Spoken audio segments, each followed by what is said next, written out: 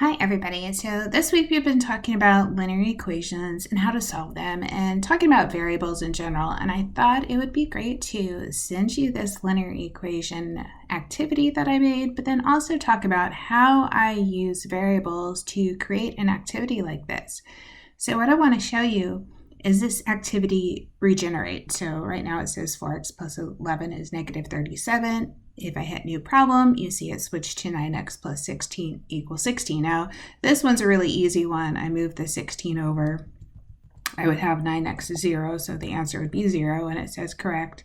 And I can hit new problem, and it puts something else in.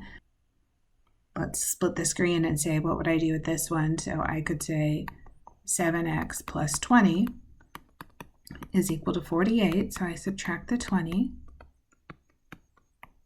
7x is 28, and I divide by 7, and I get 4. So what I really wanted to show you, and let's put that in to show that that is correct. So let's talk about this without getting too complicated. Basically, what I did is I thought about I have something like ax plus b equals c.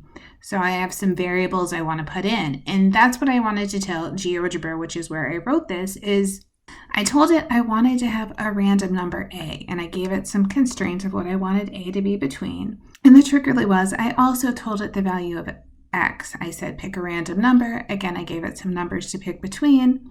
And then I also had it pick a random number c. So a was determined, x was determined, c was determined.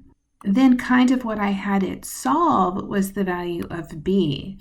So I said b is going to equal c minus ax. So the b was determined based on what the values of a, c, and x are. So when you look at the problem, it looks like x is the variable. When I wrote the problem, a was a variable that GeoGebra picks, x is a variable that GeoGebra picks, and c is a variable that GeoGebra picks. Based on those, it gives a value of b. It makes sure that that value is an integer so that the problems come out nicely. And because I didn't say a equals a certain number or c equals a certain number, it allows it to come up with more and more problems to give you plenty of practice as you're learning this new idea. I thought this was good to show us a little bit about how variables appear that are kind of outside of our just solve for x.